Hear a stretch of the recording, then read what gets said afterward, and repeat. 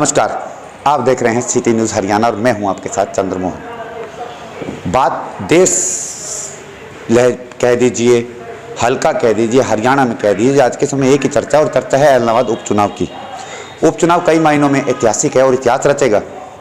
मैं आपको बता दूं, जो जीतेगा वो चौथी बार और जो हारेंगे, जो भी हारेंगे वो हैट्रिक बनेगी। इतिहास बन रहा है इस इलाहाबाद उपचुनाव का। 3 उम्मीदवार है। कांग्रेस से पवन बेनीवाल और भाजपा ने इंपोर्ट एक्सपोर्ट किया है उम्मीदवार गोविंद कांडा। और अगर मैं बात करूं आईएनएलडी की तो अभय सिंह चौटाला फिर मैदान में है लगातार चौथी बार से। और आईएनएलडी कह रही है कि ये हमारा गढ़ है और कांग्रेस अपना अस्तित्व बचाने के लिए इलाहाबाद सीट चुनाव लड़ रही है। और भाजपा जो कभी इलाहाबाद में नहीं जीती इसलिए वो अपना चुनाव लड़ रही है। अब देखना ये रहेगा 2 नवंबर को कि जो इलाहाबाद की जनता है अपना मैंडेट अपना जो किसको देगी और किसको जिताकर विधानसभा में भेजेगी। एक शख्स है हमारे साथ, मैं इलाहाबाद में था, इन्होंने कहा कि मैं अपनी बात रखना चाहता हूं, तो हमने भी सोचा क्यों ना इनकी बात हम रखें। तो जानते हैं इनसे हम। सर क्या नाम आपका? सुरेश जोशी। जोशी जी कहाँ से आप? सिरसा।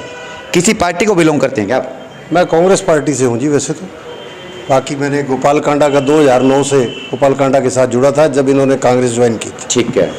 और उसके बाद अब मेरे खिलाफ बीजेपी के जो छोटे भैया नेता हैं जगदीश चोपड़ा जी हैं, उन्होंने मेरे खिलाफ एफआईआर नंबर 371 मुकदमा 506 504 का जो झूठा मुकदमा दर्ज करवाया है। तो इसलिए मैंने इनका दामन छोड़ दिया और इनका विरोध किया है। 3 उम्मीदवार है जी। तीनों में से क्या लगता है आपको कौन सा बेस्ट है इलाहाबाद के लिए? इलाहाबाद की धरती पे भाई अभय सिंह चौटाला जो हैं वो 3 बार इलेक्शन लड़ चुके हैं और इलाहाबाद की जनता ने देख लिया कि उन्होंने क्या विकास करवाया और कैसा विकास करवाया है। विकास नाम की कोई चीज़ मुझे तो इलाहाबाद में नज़र नहीं आती है। और दूसरी बात, भाई पवन बेनीवाल हैं, अगर उनको मौका मिला तो हो सकता है वो खुल के यहाँ विकास करवाएं। लेकिन इसके बराबर में गोविंद कांडा भी हैं जो चुनाव लड़ रहे हैं, समाज सेवी है, बड़े अच्छे काम किए उन्होंने कोरोना के दौरान। समाज सेवी की बात ऐसे है जी, समाज सेवी के लिए गोपाल कांडा पिछली दफ़ा इधर कंगनपुर रोड के ऊपर एक समाधि स्थल बना हुआ है, बाबा बग्गाराम जी वहाँ सेवा करते हैं, उनके वहाँ हमने खुद सारा लंगर पानी का इंतजाम करा के और वो लगा करके अपने पास से 3.5 लाख रुपए लगाए। हमने सारा इंतजाम किया, सब किया। लेकिन इन लोगों ने ये कहा कि मैं जीत के बाद यहाँ आपको ये सारे पैसे दे दूंगा, जो कि आज तक नहीं मिले। और यहाँ इलाहाबाद को वो क्या देंगे? झूठ का पुलिंदा है गोपाल कांडा और गोविंद कांडा। इनकी दुकान में कोई सामान नहीं है। गरीब लोगों को पीछे लगा लेते हैं, गरीब जनता पीछे लग जाती है और देने लेने के लिए इनके पास कुछ नहीं है। अगर देना है तो हमारे पैसे दे दें। और यहाँ के अग्रवाल जी जो है, यहाँ ट्रैक्टर एजेंसी वाले मालिक परसों कह रहे थे कि वो मेरे से आके ले लें। अगर अग्रवाल जी अगर हिम्मत रखते हैं तो मेरे सामने आकर के कहें और मेरा पैसा दिलवाएं मुझे। आपने पैसे लेने? हाँ जी। किस चीज़ के? इलेक्शन में लगाए हुए हैं उनके 3.5 लाख रुपए। और जो इन्होंने वहाँ पे लंगर पानी का और जो मुझे कहा था दे देंगे, और वहाँ गली बनवाने का वादा भी किया था जो बाबा बग्गाराम जी कंगनपुर रोड पे है, वो सारा खाली पड़ा है। मैदान वैसे का वैसे, ना वहाँ को गली बनी है ना कोई विकास करे। वो दूर की बातें हैं। 5 रुपये का आकर के इन्होंने दोबारा जीतने के बाद वो माथा भी नहीं टेका। एक आप भाजपा के प्रत्याशी पर आरोप लगा रहे हैं?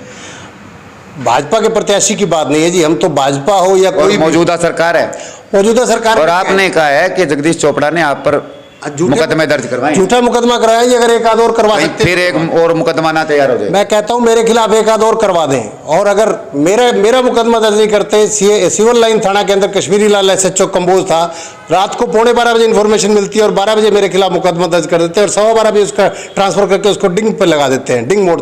अब कब की बात है ये 18 तारीख की बात है, पिछले महीने की। पिछले महीने के 18 तारीख को।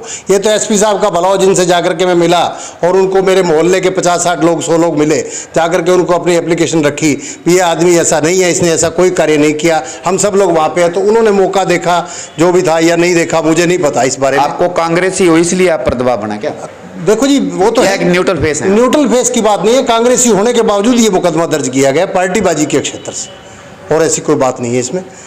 और बाकी मैंने जो दरखास्त दी थी, जो वहाँ का सुनील बहल एमसी है, जो जगदीश चोपड़ा जी का भांजा है, ward number 3 Sirsa Barnala road से, उनके सामने मेरे छोटे भाई ने इलेक्शन लड़ा था, तो रंजिशन ये रखते हैं। और इसने कश्मीरी लाल एसएचओ के सामने 50 आदमियों के बीच में, और मेरे पास वो वीडियो भी है जिसके अंदर इसने कहा मैं जगदीश चोपड़ा का भांजा हूँ जो सीएम का ओएसडी, तुम मेरे को जानते नहीं हो। हम धरती के अंदर दुश्मन को 10 फुट तक नीचे गाड़ देते हैं। और कश्मीरी लाल एसएचओ ने सबके मोबाइल ले लिए थे और वो वीडियो डिलीट कर दी। और मैंने एप्लीकेशन भी दी कश्मीरी लाल एसएचओ को, ना तो उसने वो दफ्तर दाखिल की है, ना उस पर कोई कार्रवाई की है आज तक। लेकिन मेरे पास प्रूफ है कि उन्होंने ये जो बात कही है उसकी वीडियो मैं दिखा सकता हूँ।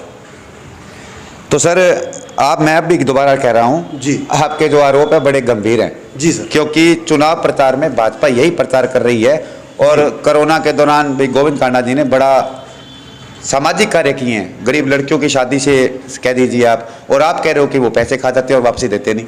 सामाजिक कार्य जो इन्होंने किए हैं वो लोगों ने देख लिया है, लोगों के सामने है। गीतिका कांड देख लो, गीतिका हत्याकांड देख लो, उसकी माता का भी देख लो, वो सारे देख लो गीतिका कांड पे, सबको पता लग जाएगा कैसे सामाजिक है। और तारा बाबा की कुटिया के नाम पे वो तो भगवान थे सीधे तारा बाबा तो, लेकिन उनके मुकाबले ये क्या है। काफ़ी गुस्सा है जोशी जी में। अब मुझे ये नहीं मालूम कि वो जो गुस्सा है उनका गोविंद कांडा पे है, भाजपा पर है, या फिर कह दीजिए कि ये इतना गुस्सा आखिर हुए क्यों। क्योंकि इन्होंने साफ कहा है कि पैसे हैं, एक बार किसी कोई काम इनका कर दे, या जहां ये पैसे बोले जाते हैं वहाँ वापसी नहीं देते। और चुनाव के दौरान, ये बात आपको चुनाव के दौरान ही क्यों लगी सर? एलनाबाद की जो जनता है वो खुद समझदार है, पैसे से वोट नहीं बेचता। वोट बेचना और अपना बच्चा बेचना एक ही बात होती है, लेकिन पैसे से कोई जनता वोट नहीं देती। पैसे से अगर जनता वोट देती तो आज चौधरी देवीलाल परिवार के पास क्या पैसों की कमी है? चौधरी देवीलाल जो हैं वो आदमी जोड़ते थे, और उन्होंने आज तक आदमी जोड़े हैं, इंसान जोड़े हैं। और पैसा जोड़ने के लिए तो दुष्यंत चौटाला जैसे बहुत है जो डिप्टी सीएम है, पैसों की दौड़ में है। चौधरी देवीलाल कहा करते इन निक्कर वालों के सरकार मत दे देना कभी इनके हाथ में, सरकार को मत। पर अब इनका समर्थन है, इनका समर्थन है, सरकार में भी है। जेजेपी तो खुद जाकर के उनकी झोली में बैठ गई है। अगर उनके दादा का नाम उन्होंने जिंदा रखना था तो चौधरी देवीलाल की पार्टी से लड़ते। आज चौधरी अभय सिंह है जो आईएनएलडी के उस पर लड़ रहे हैं, एक ही नाम रखा हुआ उन्होंने आईएनएलडी, किसी के जाकर के गोद में नहीं बैठे। लेकिन जेजेपी तो सारी की सारी उनकी गोद में जाकर। तो फिर अभय सिंह चौटाला क्यों नहीं चुनाव जीत सकते? मैंने हार जीत का किसी का कोई मैटर नहीं रखा है, लेकिन मैं तो ये कहता हूं जो आपको साफ सुथरा लगता है आप उसको वोट दो। और कांग्रेस तो तभी हारती है जब कांग्रेस को कांग्रेस हराती है। अगर गोविंद कांडा भाजपा से जीत गए तो? गोविंद कांडा देखो जी, जीतने का मुझे तो लगता नहीं है। और पैसे के दम पे कोई दिखा रहे हैं तो पैसा किसी को देंगे तब मानेंगे ना, दिखाने से कुछ नहीं होता। आपके हिसाब से कितने नंबर देते हो आप? किसको जी? तीनों को लगा लीजिए। देखो जी, तीनों को नंबर मेरे हिसाब से पवन बेनीवाल और भाई अभय सिंह चौटाला के बीच में फाइट है। बीजेपी का तो कोई नाम निशान है, गाँव में इनको घुसने नहीं देते हैं। इनसे पूछो, इनको पूछो कुमथला गांव में जाकर के दिखाओ, तलवाड़ा में जाकर के दिखाओ। कल परसों गए लोगों ने ट्रालियां लगा दी और इनको गाँवों से बाहर निकाल दिया। बड़ा गुस्सा है इनको भाजपा से। देखने वाली बात यह रहेगी कि इन्होंने जो बातें बताई वो उसमें सत्यता कितनी है।